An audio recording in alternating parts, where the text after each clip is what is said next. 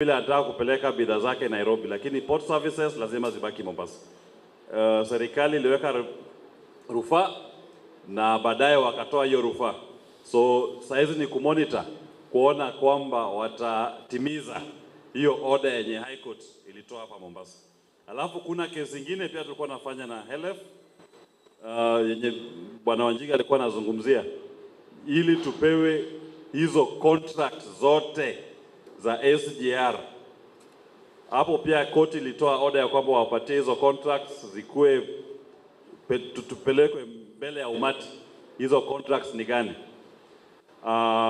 Mpaka wa leo tulipata order, ilikuwa January mwaka huu. Mpaka wa leo ilikuwa mwaka ujao.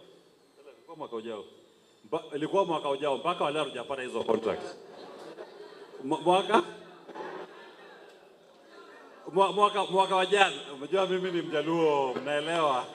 Mwaka wa jana mpaka wa leo hatujapata hizo contracts, na strategically tunapanga kurudi kotini na tuombe huyo PS wa transport, MD wa Kenya Ports, MD wa Kenya Railways, tuwashtaki washikwe. Na kama polisi hata washika, tutakuja tutafute wana Mombasa, tuende tuwashike, tuwapeleke gerezani. Kitu kinaita civil jail. Tuko na court order, sasa ni kutimiza tu yale ambayo court order imesema. Asante sana. Asante sana Bwana Willis. Na kama tulivyosikia, tuanze kujitayarisha. Itabidi mwaka ujao vitu vifanyike, kwa sababu visipofanyika watatumaliza hawa. Tungetaka kufungua tupate maswali mawili matatu ili kupata clarifications kwa wale wageni wote ambao wako hapa. Lakini kabla wakati mnatayarisha maswali yenu, ningetaka kumkaribisha Adika kwa dakika mbili tu summarize yale ambayo yamezungumzwa, ili governor apate kujua hii, asiseme labda tumemsengenya usubuhi, ajue haya ndo yamezungumzwa, ili kama kuna swala ambalo anafaa kulijibu ama kulizungumzia ajitayarishe kwa hilo. Kwa hivyo Adika, kwa dakika mbili tunapojitayarisha kwa maswali kama matatu manne hivi peke yake. Asante Bwana Kazungu, umeniambush lakini nilikuwa naandika notes. Bwana Governor, kumekuwa na wenzako ambao wameongea sana kiundani kuhusiana na hii contract na pia the conduct of leadership ambayo ilikuwa ya cost. So nakumbuka Father Dolan na ameuliza what was the conduct of the leadership wakati huo. Kuna wengine walikuwa wanatetea na wakakuja wakapewa vitu kivyao na wakawacha hiyo maneno ya contract. Ndugu yangu Jimmy Wanjigi ameeleza vizuri kwamba hii idea ilikuwa ni yake na alikuwa na zipapa. Na zipapa wakaenda kwa Kibaki akakubali, wakaenda kwa Raila akakubali, wakaenda mpaka kwa Museveni akakubali. The initial cost ilikuwa ni 55 billion. We ended up we are paying 1.2 trillion. Kuna uwezi ambayo imeendelea hapo. Kazungu pia ameeleza hapa vile ndugu yangu Mshero amesema kwamba the contract sum ambayo imeandikwa kwa karatasi ambayo wameona pahali ni 407 billion. Pesa yetu yenyewe ilizidi contract sum. Kwa hivyo deduction yao ni kwamba, ama inference kwa kizungu, ni kwamba sisi tulifund hiyo maneno ya SGR na pesa yetu, lakini bado tukaenda tukakopa pesa na ikaenda kwa mfuko za watu. Kwa hivyo ukifuata vile ndugu yangu alisema ni kwamba hii contract was outside the books of government, the legitimate books ya serikali, the policies. Haikuwa, ilichukuliwa nyuma ya curtain. Nimeshangaa ndugu yangu Willis amesema kwamba Supreme Court ilisema hii ni G to G. Na vile Mishero alisema ni kwamba ilikuwa Kenyan government na Exim Bank. Exim Bank haijawahi kuwa government. Kwa hivyo hii maneno ya G to G, we should ask Supreme Court wa mahali waliitoa. Hakuna pesa ilikuja Kenya. the money that was borrowed ilitumika huko China na ikaisha huko.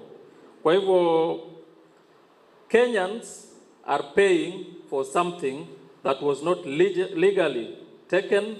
Now, the assumption is people are putting this money in their pockets. I think, Governor, you know more, and that's enough. Asante sana. So tutaenda kwa maswali kama tulivyosema, maswali kidogo tu ya kupata clarifications, na wakati unauliza utasema pia swali lako unataka lijibiwe na nani, ama kama unataka kila mmoja ambaye yuko hapa mbele alijibu, you can also say as much. Kuna mkono ulikuwa umeinuliwa hapa. Kuna mkono mwingine pale nyuma, watatu hapa. Naona wote walioinua mikono ni wababa, hakuna kina mama ambao wako hapa naona wababa tu bado. Haya, so tutaanza hapa, halafu kuna mkono ulikuwa pale nyuma, asante hapa mbele. Dakika moja.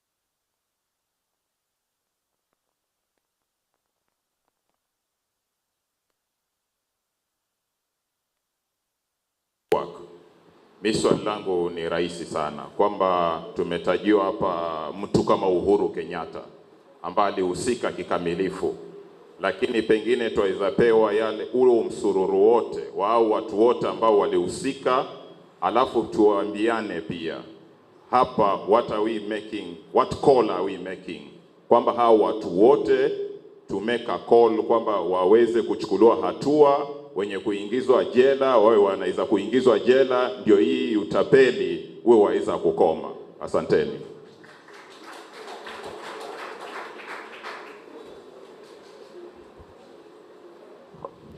Hapa mbele tafadhali.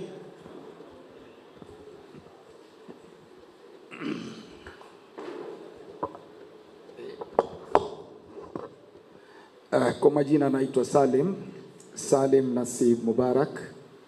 Mimi ni mshikadau mkuu hapo bandarini. Kitambo kidogo nilikuwa pia nafanya na Kenya Railways Corporation, KRC. Nilifanya kwa miaka 14. I was a manager Kisumu, Nakuru, Mombasa and the port itself. Kwa hivyo niko na dukuduku kidogo ya railways. Kwanza nakubali kabisa na bwana Wanjigi kwamba yes, there was a feasibility study. And I remember very well, I was then working in Mombasa as an assistant manager. And we had a trolley that we were monitoring coming all the way from Nairobi, doing that feasibility. And it was Japanese. And they were to do an SGR project. How and when these things changed to SGR, that is a story that you have already enumerated. Mine is to observe the current position. Yes, the current regime opened up after a lot of lobbying. I believe our Excellency the Governor, we were together in the port, together with Khalefi, lobbying against monopoly of the SGR, and we succeeded. But the government gave us through the right hand side, the right hand, and it has taken through the left. Why I'm saying this? The moment they opened up, we expected as stakeholders a major shift from rail to road, because quite a number of our clients based in Nairobi were waiting for that decision. Unfortunately, the shift was not as what we expected. Why? Because the petrol and diesel went up, whether deliberate or not, but that affected that major shift we expected from rail to road. So we still, yes, there is some changes. The figures to Nairobi now, ex-Mombasa has gone down, but we didn't expect that margin. We expected a big margin. So we are appealing to the existing government. We are appealing to all of us to put pressure so that petrol, diesel should come down. It is affecting all of us. It is affecting the cost of doing business.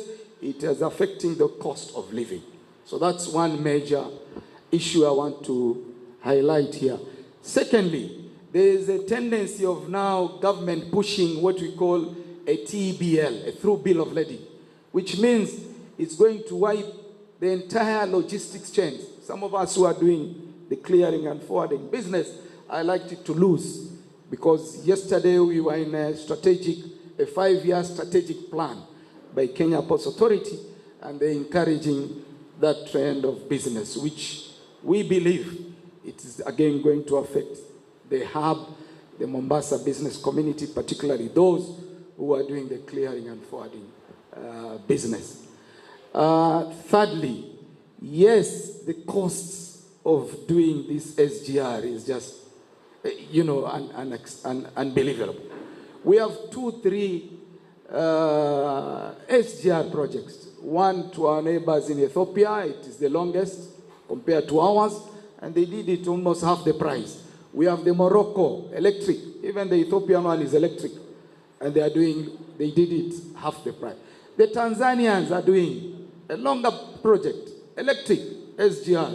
I think the price is also. So we need some explanations. We need to be told the truth. I think that's what I believe I should submit. Thank you, sir. Thank you.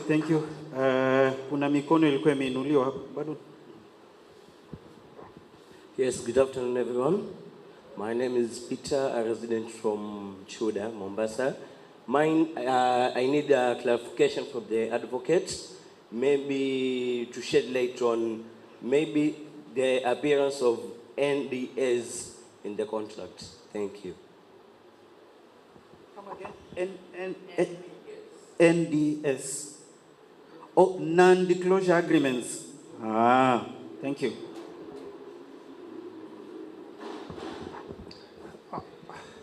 Habari zenu. Kwa majina naitwa Wamete.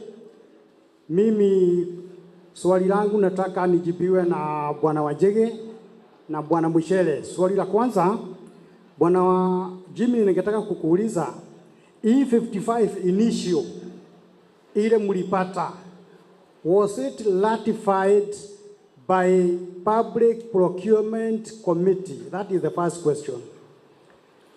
Number 2, niulize Bwana Mushele, Article 229 of the Kenya Constitution inapatia mamlaka Auditor General awe akitufanyia hesabu za serikali. Sasa mimi nataka nijue kutoka kwako, haswa ni kuzembea, amezembea kazini ama imekuaje ikafika tu hapo. Na nikimalizia niseme kama ndugu zangu wamesema, hapo imeonyesha pesa ya umma imetafunwa. Ni kweli hapana? Kwa hivyo mimi ningetoa wito, tusiwe tunaongea tu hapa. Wao watu wote wamekula hiyo pesa, wametafuna hiyo pesa, watapike hiyo pesa na watafuka hiyo pesa, watapike na ikiwezekana wasombwe na maji. Kwa kweli wasombwe na maji. Kwa hivyo mimi nikitaka niwaambie hata gavana wetu mimi nataka nikuambie, sipepesi macho wala simumunye maneno. Nataka nikuambie ni jambo isiyofishika wala haiwezi kupingika. Hii reli ama hii mradi haukuwa mradi wa kimikakati, strategic plan, haukuwa mradi wa umma, lakini umeathiri watu wa mkoa wa Pwani kwa kiasi kikubwa sana. Na wakati mnapigania hawa watu wa coast, msiangaliane kwa uso. Na hiyo ndio pale tunapoteza, kwa sababu tunafika wakati tunalipa hiyo deni. Kwa hivyo hawa watu wasombwe na maji. Asanteni sana. El Nino ipo na labda itafanya kazi yake. Tulete microphone hapa mbele. Siombi ifanyike hivyo mzee. Asante sana. Kwa majina mimi naitwa Bradley Ona na mimi pia ni mwanaharakati, tena mwanaharakati mkongwe. Swali kwangu ni kwa Mheshimiwa Jimmy Wanjigi. Umesema hii project wewe ndio ulianza. You are the brainchild of the project. Along the way mambo yakaharibika. But I know you to be a very tough person. Mambo yaliharibika pale, you withdrew. Kwa nini ulijitoa ukawaachia waendelee kutunyanyasa? Na ya mwisho, let me slip this to Bwana Governor. Bwana Governor, tuko karibu kuanza kuzika watu hapa Jomvu. I know it's not related but ngumu kukupata. Pale Jomvu Kuu Ward, nyuma ya Catholic Church, kuna mtu ametengeza gala, analeta ile bioharmful product. Anaweka pale, ametengeza gala kubwa sana. Mvua ikinyesha kama sasa, zile takataka zinanuka vibaya, watoto wanakuwa wagonjwa, zinaelekea zote baharini. Na ni kubaya sana. Nimereport kwa Deputy Governor who is the Minister for Environment, nothing has happened. But hakuanza wakati wako, ilianza wakati ule mwingine. Watu wako wa inspectorate wamekuja pale na wanarambishwa, nasema wakanisema hivi. Hiki kilianza kitambo, watu wanaumia, tumeparara, watu wanaharahara, watoto. If you don't act, we are going to bury people. Thank you. Thank you very much. Wacha tuone kama tutarudi. Haya, utakuwa mwisho halafu tumalize. Nasikitika hakuna mama hata mmoja ameuliza swali, inanisikitisha sana. Asanteni. Kwa majina mimi naitwa Mohamed Juma, ni mkazi hapa Mombasa Mvita, na lango litakuwa mfupi sana. Kwa sababu ya hashtag leo tuko hapa inaitwa OKOA Mombasa. Tumesikia mengi sana yamejadiliwa hapa na waheshimiwa wenzetu. Nadhani vijana nyote mnakubaliana na hayo yaliyozungumzwa. Na kila siku ni maneno na maneno na maneno. Wakubwa wetu, swali ambalo ni moja nataka kuuliza, na nadhani tuko tayari. Tuelekee wapi? Tuanze wapi? Sawa? Semeni tumekataa. Sauti haitoshi. Tumekataa. Tumekataa. Mumewasikia. Tupatieni solution tujue tunaendelea vipi kupeleka Pwani mbele. Asanteni. Asante sana. Asante sana. Kwa hivyo maswali yatajibiwa namna hii. Kama kuna swali linamlenga mmoja wetu atalijibu. Kama hakuna swali linakulenga, kuna swali ambalo limeulizwa na Bwana Nato, waliohusika tutawafanya nini? Ni call gani tunatoka nayo hapa? What do we have to say? Tumeyasikia haya yote, tutafanyaje? Tunalipa deni ambalo hatufai kulilipa. Tumejenga SGR na pesa yetu bado inasimamiwa na wale ambao wanasema walitumia pesa yao, na hiyo pesa pia ni deni, ni sisi tunalilipa. Tunasemaje kama wakazi wa Pwani? Tumeathirika kwa njia moja ama nyingine, na kutoka kwa haya mazungumzo tunasemaje? Kwa hivyo tutaanza tu kutoka mkono wangu wa kushoto. Bwana Cornelius, utuambie kutokana na wewe, kama kuna swali lingine ambalo ungetaka kuligusia utaligusia, lakini kama hakuna utuambie msimamo ungetaka kutoa wosia gani kwa wakazi wa Pwani. Naweza keti? Nafikiri swali ambaye huyu ndugu wa mwisho ameuliza ni swali la maana sana. Isiwe kwamba ikakuwa hii ni talking workshop. We want actions. Na kama shirika la Kenya Human Rights Commission, dhamira yetu kubwa ni kwamba imefika wakati wananchi sasa mchukue mkondo mpya. Take the sovereign authority in your own hands and act. Ile ambayo tumeambiwa kwamba there is no official audit ambayo imefanywa na ofisi ya Auditor General kuhusu mambo ya SGR. Inakuwaje kwamba Auditor General hajapewa nakala ama zile documents kuweza kujua deni hii ambayo tunalipa ya SGR, where are the supporting documents? And how did we arrive at this figure of 1.2 trillion? So mimi ningesema hivi, tushikane mikono and we do a petition. Na najua kwamba bwana Okiya Mtata kama angekuwa hapa already alikuwa ametoa hiyo commitment kwamba ili jambo lipeleke katika bunge, ili liwe issue ambayo ikuwe discussed as a national importance issue. Tuweze kujua kwamba ni yapi yalifanyika na ni vipi tulifika kwa deni kubwa kama hii. Ili Wakenya wajue, na kama kuna wale ambao walihusika, vile ambavyo sasa tunaanza kuona kwamba wachukuliwe hatua, so that we pay what is due to us and we don't pay what is not due to us. So I'm calling kwamba ili jambo lipelekwe katika National Parliament asua Senate, sababu ili jambo lina affect sana mambo ya devolution. Iweze kuwa discussed na kuwe na action point that is supported by government of Kenya. Na hiyo itaweza kufanyika tu kama tunaweka political pressure. We must come up in our numbers as Mombasa people to put pressure on our political leaders. They cannot afford to have this thing being discussed in boardrooms, people make deals, and the common mwananchi continue bearing the burden through heavy public debt. Asanteni sana. Asante sana Bwana Cornelius. Kabla tuende kwa wakili, najua kuna maswali ambayo yameulizwa directly. Kwanza tunataka, umesikia hii habari yote ambayo tumeambiwa vile pesa yetu imeliwa. Sijui kama ulikuwa unajua ama hujui. We want to hear your reaction from what has been presented today, na pia what you will advise us to do as residents of Mombasa. Yangu ni machache. Wacha niseme hiyo. I think kwa maoni yangu ni kwamba this problem ya kwamba Wakenya wameanza kuchoka. They're very tired.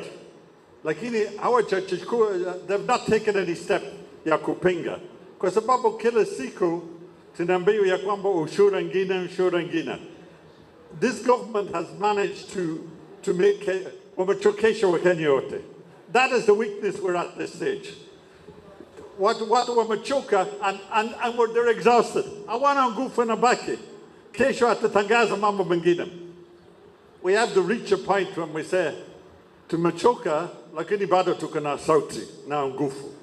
But at the moment we're beaten. Wakenya wameshindwa na hii serikali. We're just defeated. Na tumekubali kushindwa. That's the weakness we have. And the other problem is we have no opposition. We have no opposition in this country. So we're on our own. With national dialogue, what did it do for us? Nothing. It's just ni vitu vichache kwa watu wakubwa, lakini kwa wananchi ya kawaida hakuna kitu. It was a waste of time and money.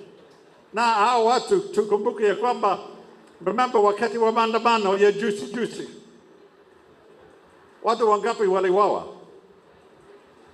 Mimi nafanya kazi kutengeneza hiyo report ya mwisho.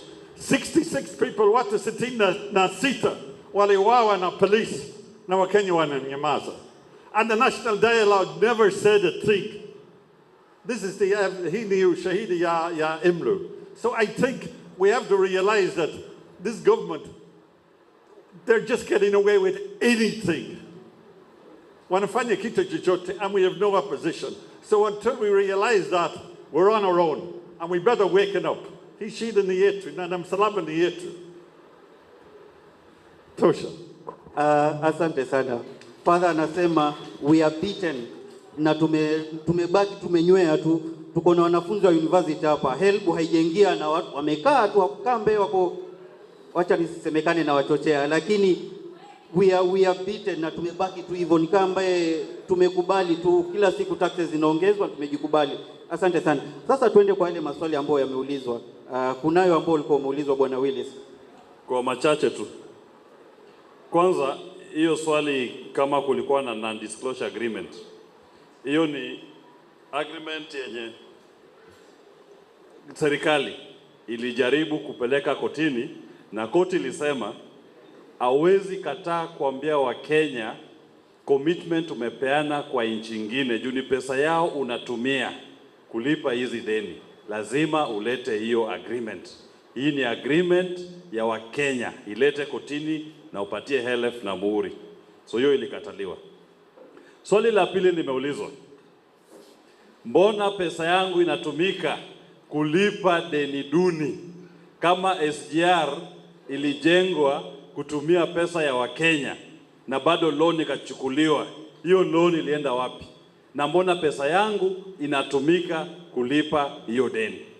Mimi nasema hivi, Wakenya itafika wakati tuamue, na ni wakati inafika tuambie viongozi wetu tutakuchagua tu kama utasema deni duni, deni bonoko yenye sio ya Wakenya hatutalipa.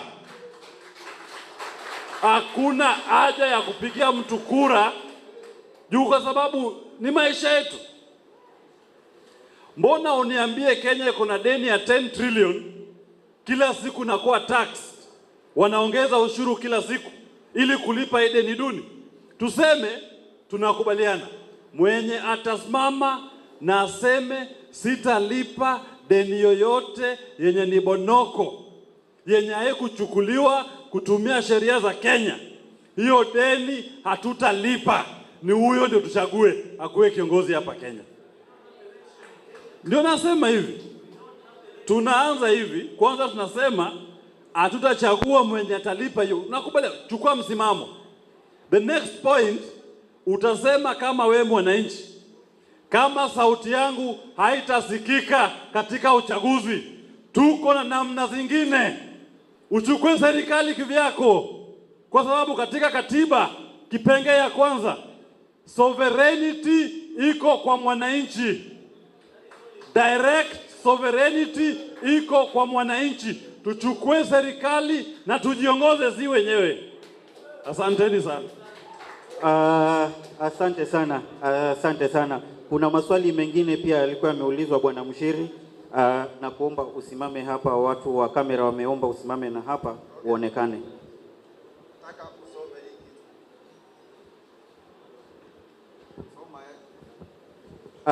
Hii inaitwa Petition to the National Assembly Concerning Standard Gauge Railway Project.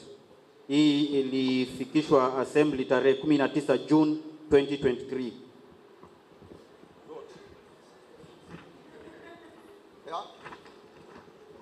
Mwambia asome hivyo because rafiki wangu amesema tuende National Assembly.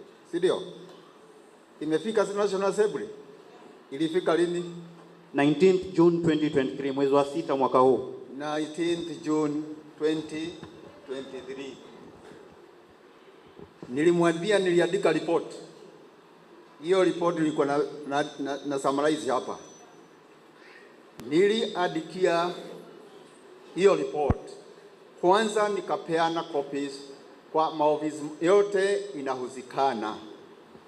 Moja nikapeleka National Treasury. That report.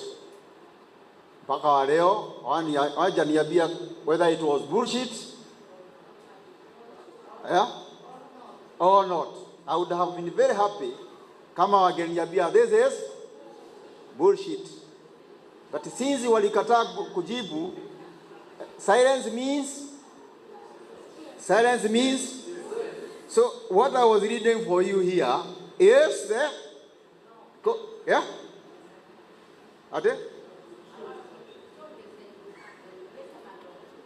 Ate no. What I'm saying, si nilipatia treasury. Hii niko namsomea hapa. Wangejibu aniambie wewe hii ni ulevi wako. Hawakujibu.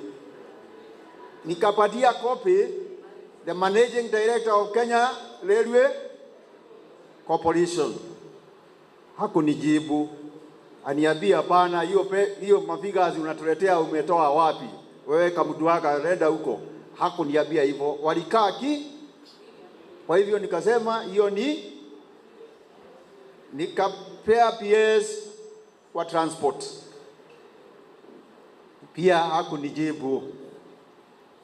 Nikapatia the Attorney General.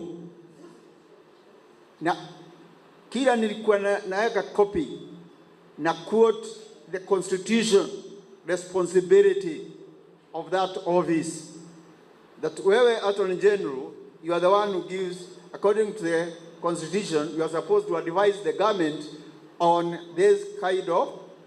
Hakunijibu. Nikachukua barua nyingine nikapelekea Auditor General. Na ndio nitakuja kwa ile swali ya ule rafiki. Because Auditor General, his responsibility is established under Article 229 of the Constitution. Sub-Article 4 says he has or she has to audit the books of accounts of the national government and county governments within 6 months of the end of financial year.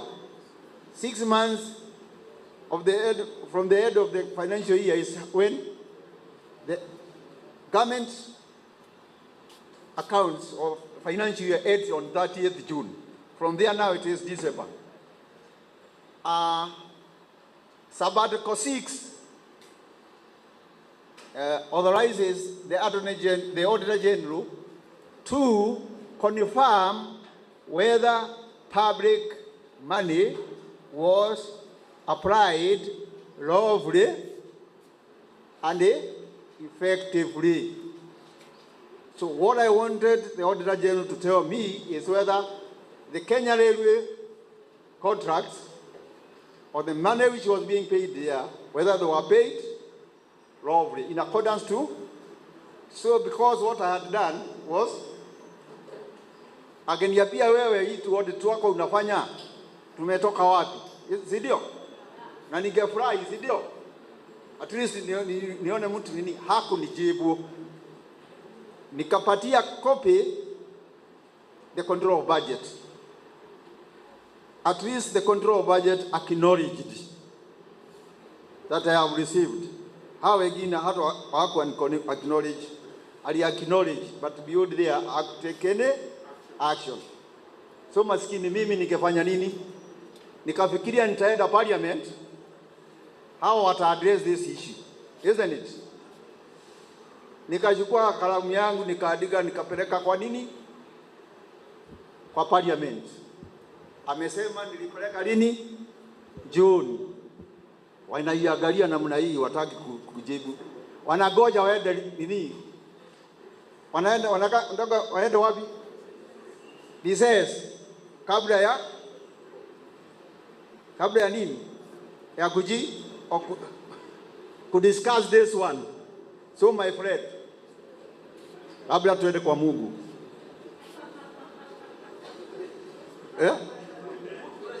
Ade? Tuende kwa Mungu ama wapi? Nyinyi ndio mnaweza kuambia parliament wafanya nini?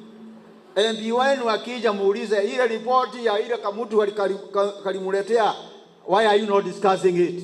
Especially you people of Mombasa, because you are affected more than any other person. Because I was looking at the statistics, nikaona kazi hapa, jobs you have lost, nini, hata hoteli hakuna haifanyi kazi sababu ya hiyo kitu, isn't it? So we are more affected, it's you, isn't it? Parliament kama wageenda wa discuss, waseme hapana, hii 644 unasema haikuwa ya ukweli, si ndio? Ama waseme this 539 haikuwa ya kweli, tungeridhika hata sisi. Yeah? So all these offices nimemention hapo, they are responsible to because if they did their work, thank you, will not be there. Asante sana Bwana Mshiri. Kuna watu wawili wamenisumbua sana. Nusu dakika na mnatupatia way forward, tufanyeje kama wakazi wa Mombasa ili tumalize mkoa huu wa leo. Asante sana. Mimi ni Profesa Hassan Mwakimako na mimi nataka kutoa suggestion. Kwanza, kwa sababu serikali inalipa pesa na hizi pesa zinajulikana anayelipwa ni nani, au tuseme hajulikani anayelipwa. Anajulikana anayelipwa, sio? Nafikiri sisi lazima tudili na yule anayelipwa pesa pia, bali na kudili na serikali hapa Kenya. Yule anayelipwa pesa, kwa sababu analipwa pesa ambazo sio za haki, lazima tumjue na tudili na yeye pia. Kwa sababu gani mimi nasema hivyo? Kuna wakati niliwahi kusafiri kwenda Uchina, wakati haya mambo ya SGR hapa, na hata kule China wananchi wa kawaida China walikuwa wanalalamika sana na hii SGR, kwa sababu malalamiko yao ni kuwa hii ilikuwa na gharama kubwa sana kwa Mkenya, na pia walikuwa na wasiwasi ya kuwa sisi hatutaweza kulipa ile deni, kwa sababu kule kwao ni deni la serikali, kwa sababu ile benki ambayo imetupatia pesa ni benki ya umma. Kwa hivyo walikuwa na wasiwasi ya kuwa sisi tukishindwa kulipa, wao watapoteza pesa zao kama wa China. Kwa hivyo sisi tunasukumana na hawa hapa nyumbani, lakini kuna uwezekano pia twende China tukasukumane nao huko, tujue yule analipwa vipi. China tutakuwa tuenda mbali. Wako Karen. Asante sana. Mimi sikuuliza swali mbele because I wanted to hear the reply. Mwanzo ningependa kurecognize Honorable Governor. Hii mkutano ni muhimu kwetu. Na kitu ambaye imeniuma mimi, kuna mambo mawili yamezungumzwa. Ya kwamba sisi hapa kama wapwani ni wazuri wa kuzungumza, lakini si wazuri wa vitendo. Na this is going to be different because tunajua ya kwamba kumekuja siasa zingine ya kutugawanya sisi hapa kama wapwani. Mr. Jimmy, I have very high respect towards you. Lakini hili jambo la SGR haijaanza leo. Tumeshakuwa na maandamano chungu mzima. You had the documents. Why now? Why now? Why you didn't come when we really needed you? His Excellency alikuwa ni mbunge wa Mvita na tulikuwa naye maandamano yote alikuwa. If you could have come that time, tungejua you have a very good thing for us. Not now when it's so much gone far. So much gone far. Tumedanganywa sana sisi kama wapwani. Leo paka tunaletewa mambo ya ukabila. Hapa unasikia hata governor anatukanwa ati kwa sababu watoto wa Kiafrika ndo. Kwani sisi ni nani? We are Africans. We are Kenyans. An African is somebody who is born in Africa, not the color of your skin. Unaona? This is why I'm saying, let us not lie to each other. If you want to help us, let us be together and do the things which are supposed to be done. Not the talk only. Asante. OKOA Mombasa mwenyewe, tulikuwa tunataka Bwana Jimmy Wanjigi ukiniruhusu. Ya. Unajua hiyo ni challenge mzuri sana, si ndio? Haya, hiyo challenge imetoka kwako mzee wangu, kwako na kwako. In 2013 na 2014 mimi ndio nilipatia Omtata documents ya kwenda kotini apige hii kitu. In 2014 mimi ndio nilisponsor, mlikuwa nasikia kelele ya Alfred Kitel. Hiyo ilikuwa education yangu kwa wabunge wapige hii kitu. Uhuru mwenyewe ndugu yangu alinipigia usiku moja, he talked to me for 2 hours. Kuniambia I am sabotaging the economy of Kenya, na atafunga mimi.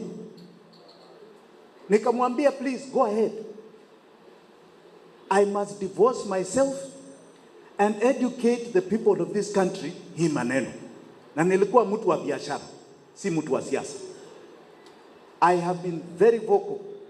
Lenaola alitupa hiyo kesi, tukaisukuma ikaenda Supreme Court, si Supreme Court, Court of Appeal in 2020, and Court of Appeal said this thing is null and void. Sisi ndio tulikuwa nyuma ya hiyo kitu. So siseme tulinyamaza, tulikuwa nafanya kazi but in the back, kwa sababu sisi si watu wa siasa, hatukuwa watu wa siasa. Sasa tunazungumza kwa sababu tuko mbele, si ndio? Tuko mbele. And I'll tell you, hii kitu haitaisha leo. Haitaisha leo. Vile hii watu wamefanya, they are going to cause a revolution in this country. Na msidoubt ati hatuwezi fanya hiyo kitu. Mzungu alikuwa hapa Mbeberu, alikuwa amecolonize 500 million people duniani nzima, the largest empire. Na ni hapa tu Kenya aliona vita ya ukombozi wa nchi. Mjipigie makofi. Wakati wa Moi, labda nyinyi wengine hamkuwa mmezaliwa. Wakati wa Moi ni watu wawili watatu, maximum 6, ambao walisema huyu mtu tutamuondoa. Tunataka multipartyism, tumuondoe. Na wakati huo katiba ilikuwa nasema, katiba before 2010, kufikiria, si hata kusema, kufikiria ati rais hayuko kwa kiti unapelekwa jela, it is called treason. Kufikiria, si hata kusema. Na alipeleka watu wengi gerezani. Si aliondoka? Si Moi aliondoka? Don't underestimate yourselves.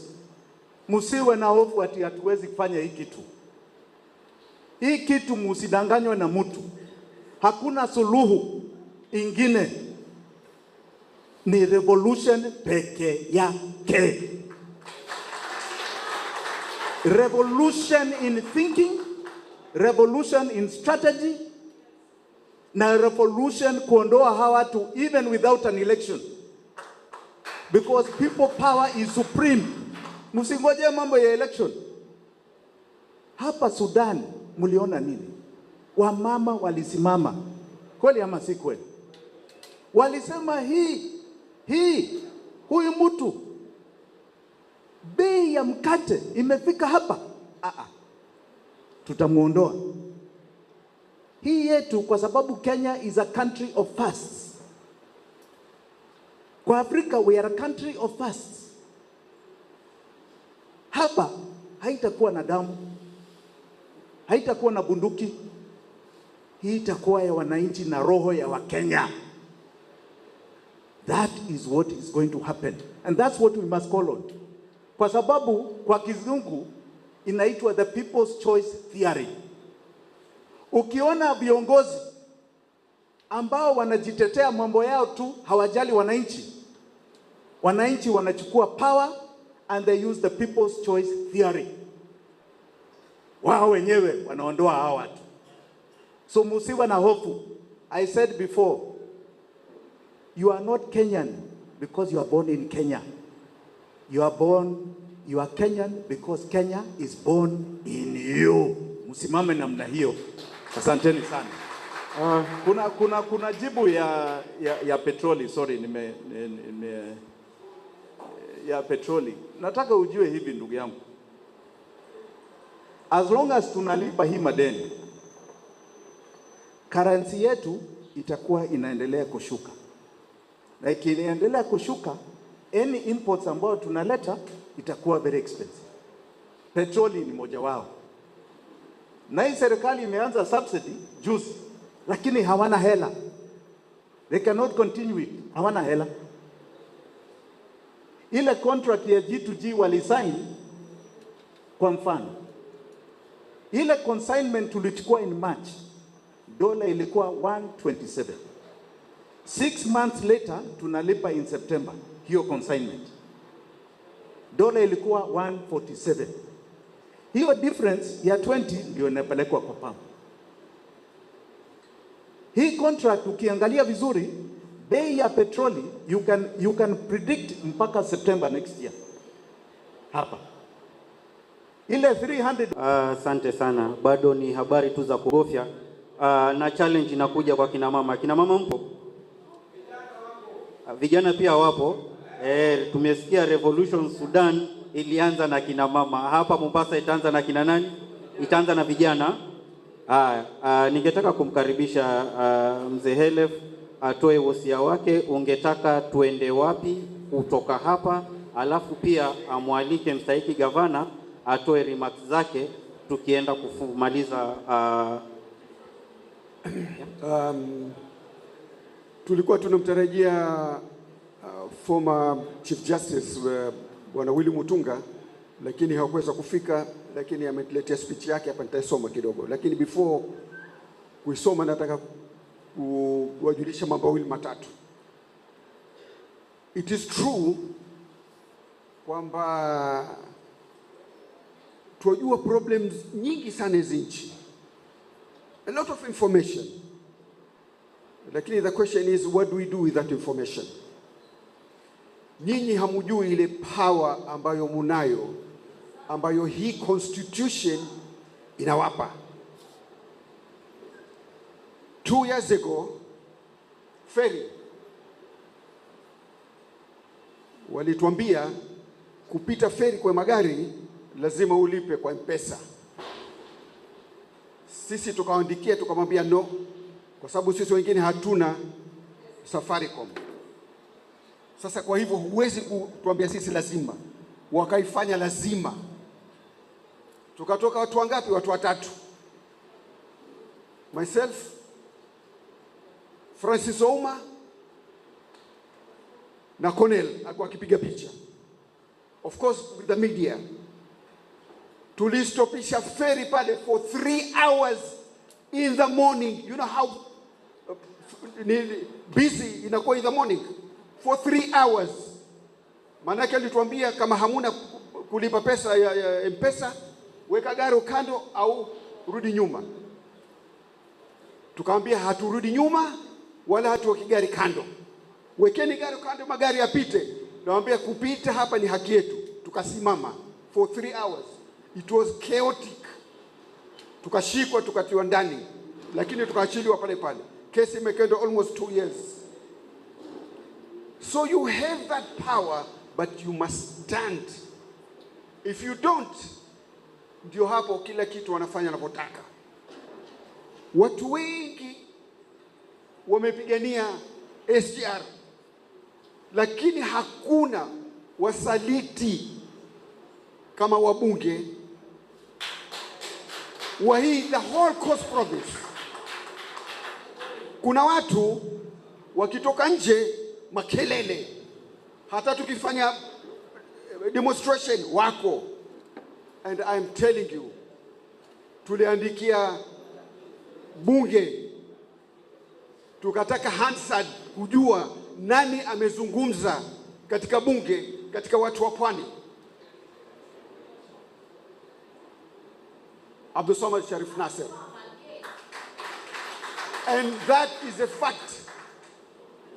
Amezungumza inside the bunge and outside. Wengine wako tayari watafanya press conference kwenye bunge outside but not inside. Na kuna wengine outright wanaunga serikali mkono. Tulipigania Mama Ngina ile badilishwa jina. Minister of Tourism ni Najib Balala. Publicly akasema hatubadilishi jina litakuwa vile Mama Ngina. Mama Ngina kitu gani? Na huyo mlazaliwa wa Mombasa hapa. He prefers Mama Ngina kwa jina liitwa Mama Ngina. Kwa nini siitwe jina la hapa? Na huyo ni minister wetu wenyewe mzaliwa hapa. So sometimes hawa mawaziri wetu au na wabunge wetu mjue mwapenda sana kwa ninio, lakini ndio wasaliti zaidi. Kwa hivyo let me read the statement ya Mutunga. The great people of the Mombasa County, comrades and friends, Your Excellency Governor of Mombasa,